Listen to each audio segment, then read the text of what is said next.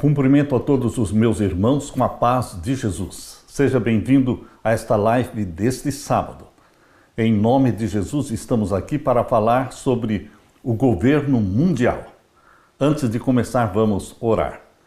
Pai querido que estás nos céus, aqui eu me uno com os meus irmãos, nesta manhã de sábado, buscando a tua bênção, buscando o derramamento do Espírito Santo sobre mim e sobre os meus irmãos.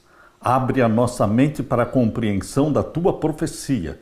Dá-nos a tua bênção, a bênção do Espírito Santo, em nome de Jesus. Amém, Senhor. Meu querido irmão, minha querida irmã, um feliz sábado para todos vocês. Aqui estamos para mais uma live. Hoje vamos falar sobre o governo mundial. Promessa humana de um mundo melhor. Será que a promessa humana de um mundo melhor pode se concretizar? Deus prometeu um mundo melhor. E a palavra de Deus chama de novo céu e nova terra. Mas Satanás também, querendo imitar os planos de Deus, ele está fazendo para o mundo a promessa de um mundo melhor através de um governo mundial. Todas as religiões do mundo e todos os sistemas de governo do mundo, eles prometem um mundo melhor. Essa é a base, é o fundamento de todos os sistemas de governo e de todas as religiões. Por exemplo, o marxismo cresceu com a promessa de fazer da Terra um paraíso, o paraíso na Terra. Ninguém está satisfeito, ninguém está realizado com esta velha ordem mundial, esse velho sistema de governo. Todos querem um mundo melhor, saudável, pacífico, seguro, sem violência, sem guerra, de paz mundial, de alimento para todos, de fome zero. Esse desejo, essa esperança está enraizado no profundo do coração do ser humano. Talvez seja por isso que todas as religiões do mundo têm como centro da sua crença a esperança de um Messias. Não é somente o cristianismo que fala de um Messias. Todas as religiões do mundo falam da vinda de um Messias, trazendo paz, trazendo vida eterna. Nós, os cristãos, cremos assim. A palavra de Deus em João, capítulo 14, abra sua Bíblia. No Evangelho de João, o capítulo 14, nós lemos aqui a promessa do nosso Cristo. O Cristo do cristianismo. Ele, antes de subir para o céu, ele deu esta promessa. João 14, 1 a 3. Não se turbe o vosso coração. Crede em Deus, crede também em mim. Na casa de meu Pai há muitas moradas. Se não fosse assim, eu vou-lhe teria dito, vou preparar-vos lugar. E se eu for e vos preparar lugar, virei outra vez e vos levarei para mim mesmo, para que onde eu estiver, estejais vós também. A nossa crença como cristãos, nós estamos fundamentados numa promessa que saiu da boca de Jesus. É uma promessa que vai se concretizar muito em breve. Porém, antes do novo céu e da nova terra, Satanás quer implantar um paraíso na terra. Mas será possível isso? Queridos, as religiões do mundo, como os judeus, por exemplo, estão ainda esperando pelo Messias. Os muçulmanos, eles esperam também por um Messias que eles chamam de Mahdi ou Isa. Também o budismo espera pela aparição de um Messias que eles chamam de Maitreya. Também o hinduísmo espera pela aparição de um Messias que eles chamam de Kalki, o 10º ou último Maha-Avatar. O zoroastrismo está também aguardando um Messias que eles chamam de Saoxian, o homem da paz. Não somente as religiões do mundo, mas também os governos, as instituições políticas sonham com esse mundo perfeito, igualdade para todos, fome zero, alimento, educação e saúde para todos. Essas são as promessas que estão contidas na Agenda 2030 da ONU. As guerras foram criadas, meu querido irmão, minha querida irmã. As guerras foram planejadas e criadas com a justificativa de um mundo melhor, com a promessa de algo melhor para a humanidade. Foi com esse objetivo que surgiu a Primeira Guerra Mundial de 1914 a 1918. Durou 4 anos e matou 16 milhões de pessoas. Um mundo melhor? Não foi um mundo melhor. A desculpa para a guerra, a Primeira Guerra Mundial, foi o assassinato do príncipe herdeiro do trono da Áustria, Franz Ferdinand. Essa foi uma justificativa falsa, mas a verdadeira razão nunca é aquela que os jornais publicam. A verdadeira razão da Primeira Guerra Mundial foi a criação de um governo mundial. Essa tentativa de um governo mundial na Primeira Guerra Mundial fracassou. Eles criaram a Liga das Nações, juntando 63 nações na Liga das Nações, mas não funcionou porque os Estados Unidos da América do Norte não entraram. O presidente de então, Woodrow Wilson, não conseguiu convencer o Congresso americano para entrar para a Liga das Nações. Ela foi fundada no dia 10 de janeiro de 1920, mas não cumpriu com o seu propósito. E então eles tiveram que criar uma Segunda Guerra Mundial. E na Segunda Guerra Mundial, o plano agora era criar o governo mundial, novamente. Na Segunda Guerra Mundial existia o risco também dos Estados Unidos não entrarem. Então aconteceu a grande tragédia de Pearl Harbor. O ataque de Pearl Harbor no dia 7 de dezembro de 1941 foi a estratégia usada para forçar os Estados Unidos a entrarem para a Segunda Guerra Mundial. Esse ataque funcionou porque os Estados Unidos entraram para a Segunda Guerra Mundial e, mais ainda, eles criaram a ONU em 1945 e colocaram a sede da ONU na cidade de Nova York. Colocando a sede da ONU em Nova York, eles estavam mostrando que os Estados Unidos assumiria a responsabilidade de implantar no mundo o governo mundial, restaurando o domínio mundial do papado. Porque a ONU foi criada exatamente para implantar o governo mundial do papado. A ONU está a serviço do Vaticano. Um fator muito forte na formação tanto da Liga das Nações em 1920 como na formação da ONU em 1945, um fator muito forte e influente foi a presença de Alice Bailey. Alice Bailey, uma médium espírita, uma professora, escritora. Ela viveu entre o ano de 1880 a 1949. Alice Bailey, ela se comunicava com os mortos, mas, segundo a Bíblia, nós sabemos que ninguém se comunica com os mortos. Eclesiastes capítulo 9, versos 5 e 6, diz que os mortos nada sabem, nada falam, nada aconselham. Então este espírito guia que aparecia para Alice Bailey não era outro senão um demônio. E este demônio guia de Alice Bailey disse que a formação da ONU seria com o propósito de implantar o governo mundial e unir todas as religiões, todos os governos.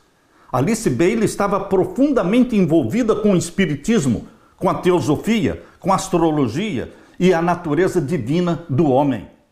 Alice Bailey desprezou os judeus, desprezou os cristãos, mas o demônio que se comunicava com ela dizia que um Cristo iria aparecer para salvar a humanidade, mas que esse Cristo seria o chefe da hierarquia.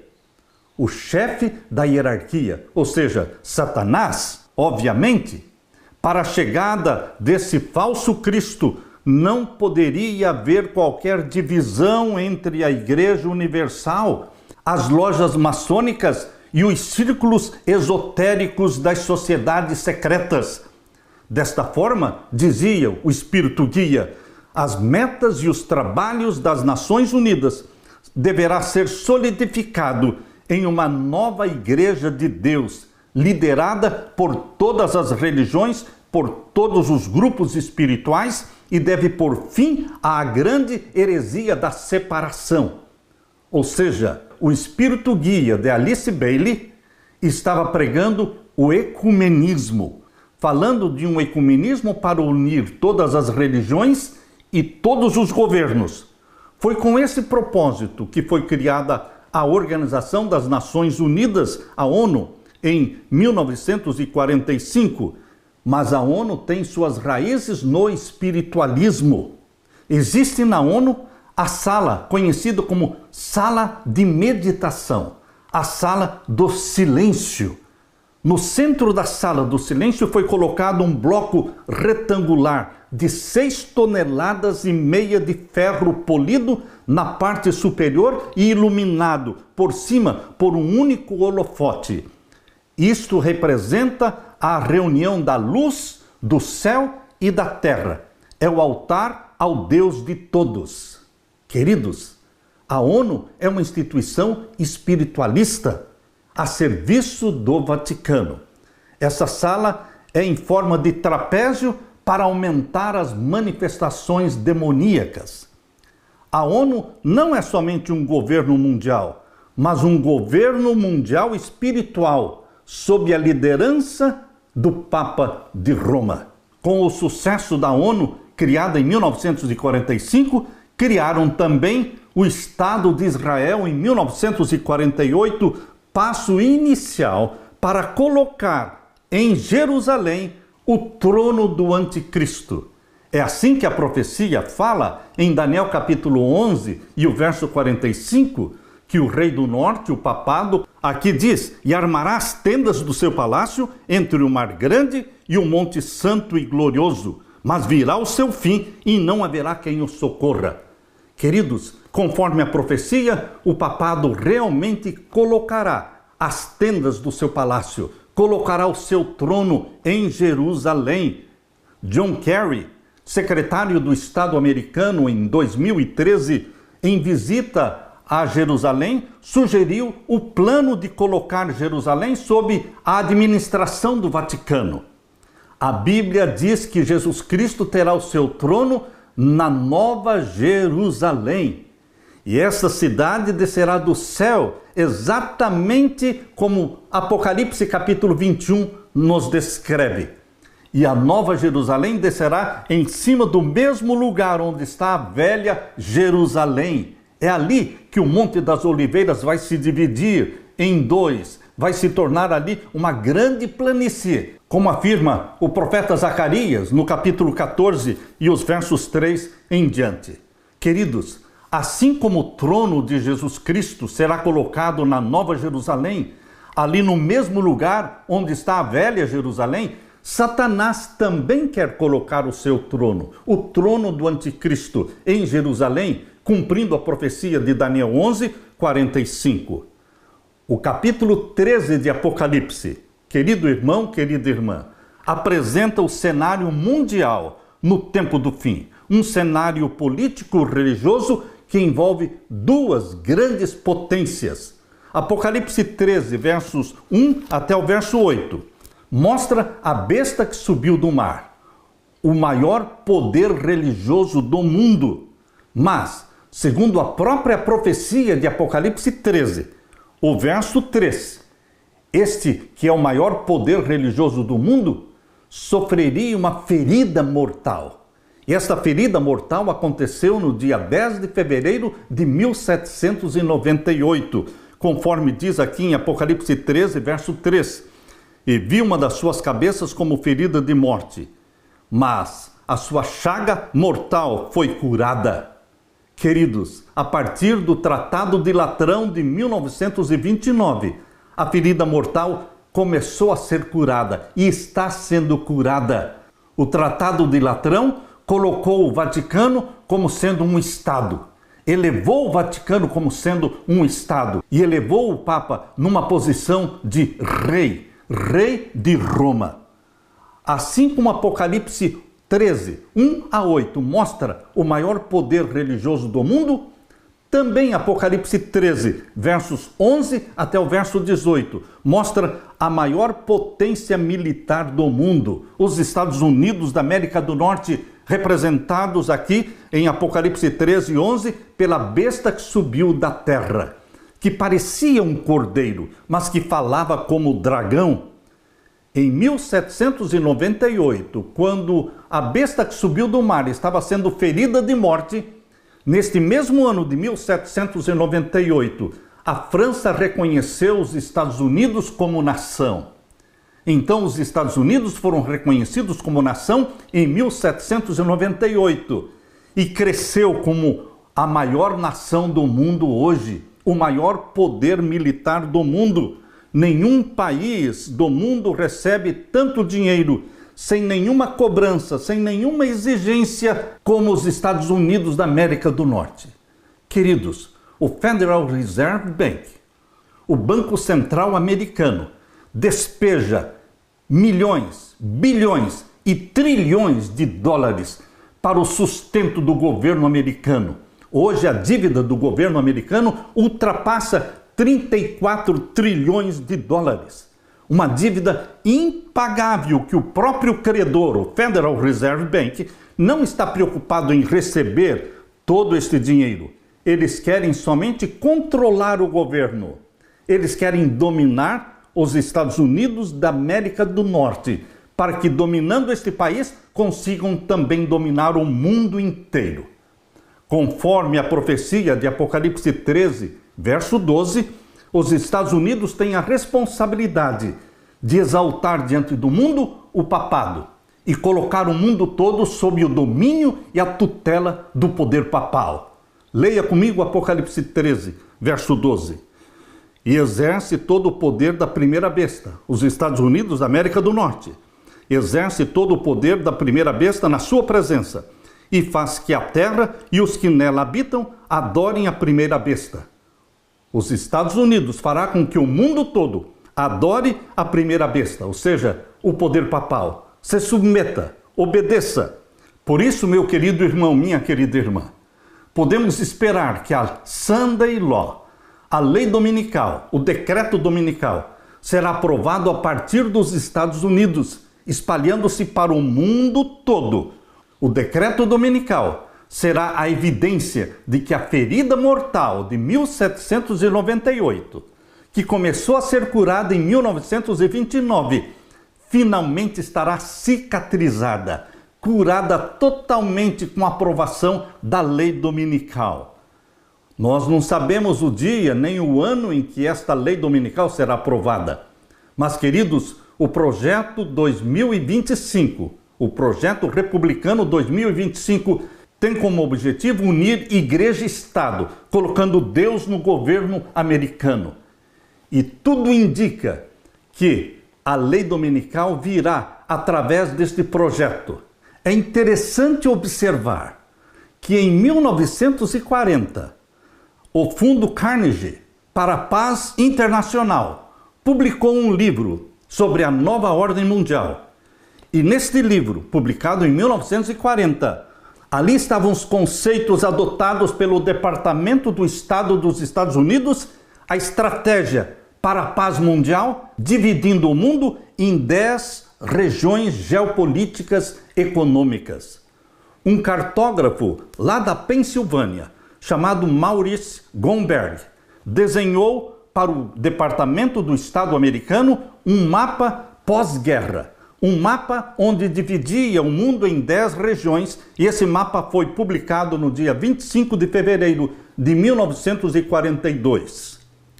Um mistério no mapa é que ali, já em 1942, aparecia a nação de Israel.